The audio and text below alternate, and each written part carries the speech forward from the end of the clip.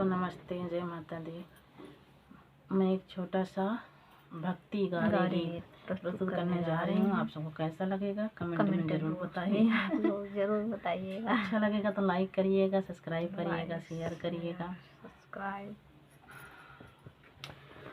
आंगने में बैठा है माया कौशल्या हो, आंगने में बैठा है माया कौशल्या हो, आराध्य करते भगवान सीताराम से बनी, अरे आराध्य करते भगवान सीताराम से बनी।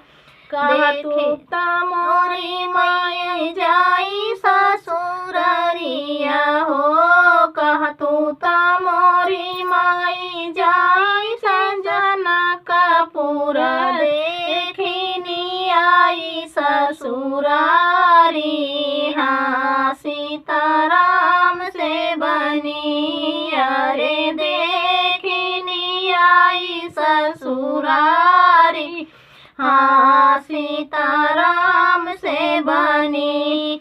इतनी बात सुनई माया कौशल्या हो, इतनी बात सुनई माया कौशल्या हो, भागी भागी जाई बाजारी हाँ सीताराम से बनी, अरे भागी भागी जाई बाजारी हाँ सीताराम से बनी।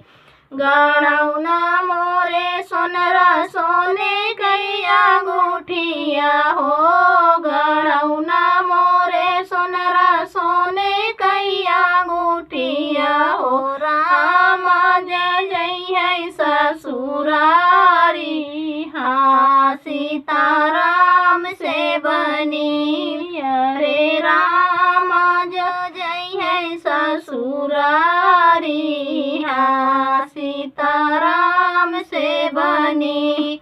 राम जाई जनकपुर पहुँचई हो, राम जाई जनकपुर पहुँचई हो, सासु उतार लगी आरती हो सीताराम से बनी, अरे सासु उतार लगी आरती हो सीताराम से बनी।